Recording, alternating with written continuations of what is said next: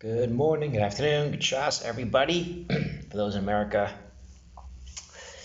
it is now time you can actually do things. So, Pesach's finally over. Sad for us, but America, I'm sure everyone's like, oh my gosh, that was just a marathon. Okay, I guess we can make Aliyah next year. That's one of the reasons, one of the benefits we have. Although this year we didn't have too much Chol Moed, but Baruch Hashem, we enjoyed. So this week's parsha, we got Shmini back to our regularly scheduled program, the Yom HaShmini.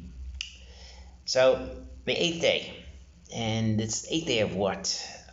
It's the first day of Nisan. There's 10 crowns, 10 special things happen on Rosh Chodesh Nisan, and most of them I can't remember offhand what they were. The first day, and one of them is opening day for the Mishkan. A lot of people don't know that. When it was really open for business, people think maybe it was Hanukkah time. People think maybe Yom Kippur time. But no, they got the tzibah to build the Mishkan, and it was built, and Rosh Chodesh Nisan for opening day. So the answer, Rashi says, is the eighth day of the Miluim.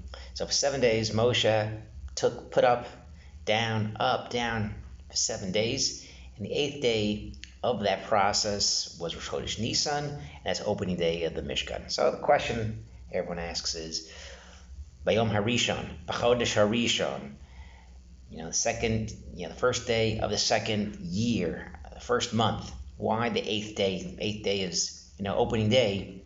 We don't say it's the 25th day of spring training. We say it's the first day of the new year, opening day.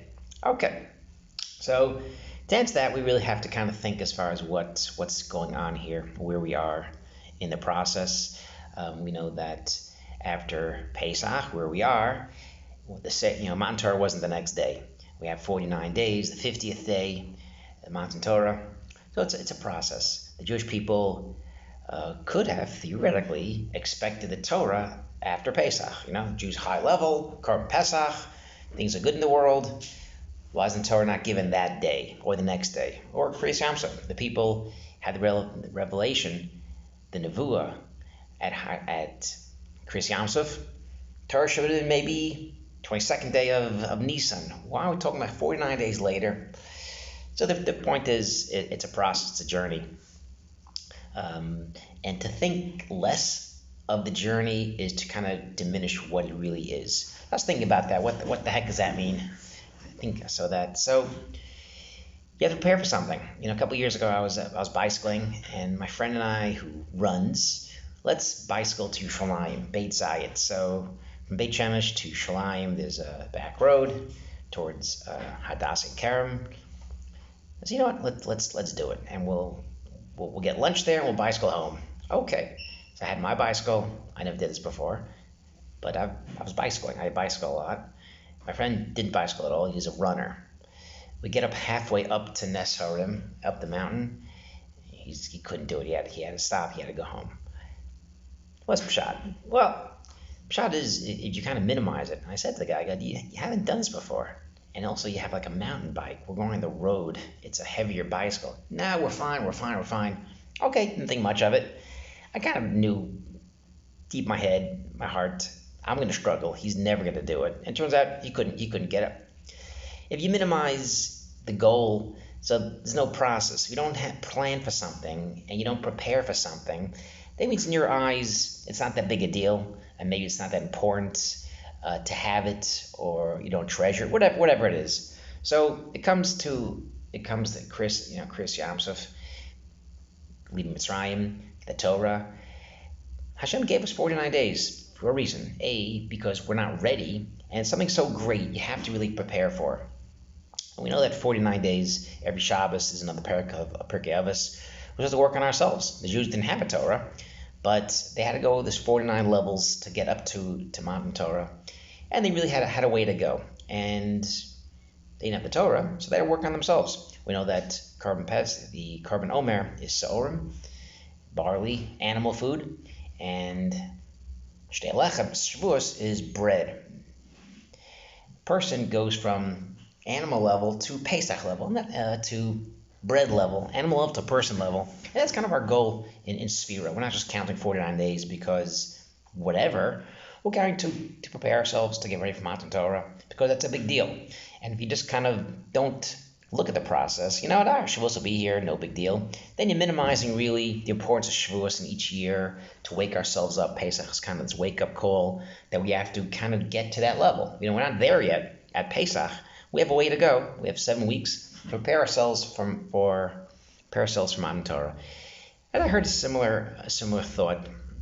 Rabbi Bloom I was bicycling. It's Sefira, so can't hear music. So a lot of Torahs, Al Yashor, on the road bicycling, and in between picking out the bugs in my teeth, which are flying around at this time of year, heard an interesting thought of the sin of Nadav and Avihu. So the 8th day, happy day, opening day, Shekhinah comes down, but literally the same day, Nadav and Avihu are killed, they die. And some Mepharshim say they drank wine. But in Bamidbar, it mentions they had no children. And there's a Medrash that says that they paskin halacha before Moshe. These 3 separate things are the same thing.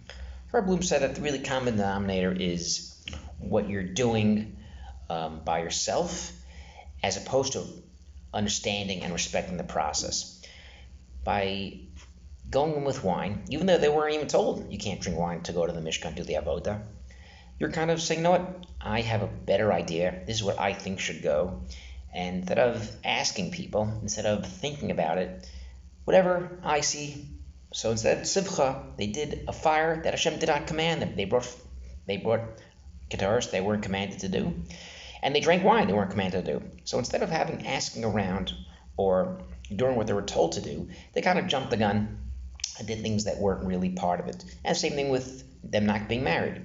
What's the big deal? The big deal is their thought process was, if we get married, we're not going to have time to learn Torah, and we won't be kadosh anymore, or like before.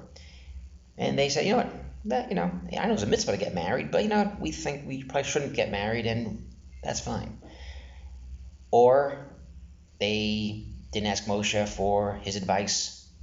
They passed halachos without Moshe, and instead of again asking or respecting the process to go to the greatest one, of the oldest, the greatest one in the generation, they paskin themselves, they did things themselves. So these three things, they didn't respect really the process, the journey. They kind of jumped the gun and did things by themselves. We see a similar concept with Shimshon. So we just had in Daf Yomi that Shimshon Yashar Be'enav, he marries this woman from Timnah. It was good in his eyes. And so, but he had this nevuah to do with this. He had this nevuah to go down and to marry a woman from Timnah. So where's the sin? Why was he punished for that? His eyes are taken out, he gets killed. The problem is Yashar Be'enav. He went out and found the prettiest one, most beautiful woman, and that wasn't the right thing. And that's his downfall. That literally caused his downfall.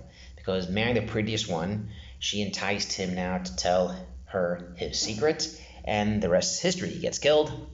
He kills Plishtim in the process, but horrible death. So the point of respecting things, Yashar Be'enav, he did things that he thought was the right way, and he was punished. And other the same thing. They kind of didn't respect the process, and they didn't do what was told to them. They did what they wanted to do, and they met their downfall as well. And I think that's kind of really what ties in with this spirit of this time of year. Many people think, I learned Daf Yomi, I have Gemara, I'm great. I don't have to really kind of respect other people or be friends with other people. It's more important to learn Torah than to have a chevra. It's more important to learn Torah than to be nice to people. And the Medrash says, without learning Torah without midos is not learning Torah. It's not like it's one without the other. You don't have midos, you don't have Torah. I think that's kind of what we have to kind of look at to get to Shavuos. We're not there yet. Everybody has their things they have to work on, Adam Machavero. And I think we should take this time, the next, 6 weeks now, to kind of prepare for Shavuos. The best way to prepare Shavuos is to work on our midos.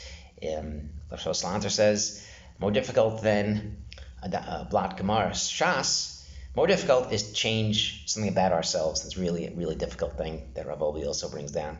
And hopefully we get to work on ourselves. Hopefully we get to Shavuos in a higher level, because now we can accept the Torah. We appreciate what it means to accept the Torah, to get the Torah. We can't get the Torah without derech eretz. Shabbat shalom.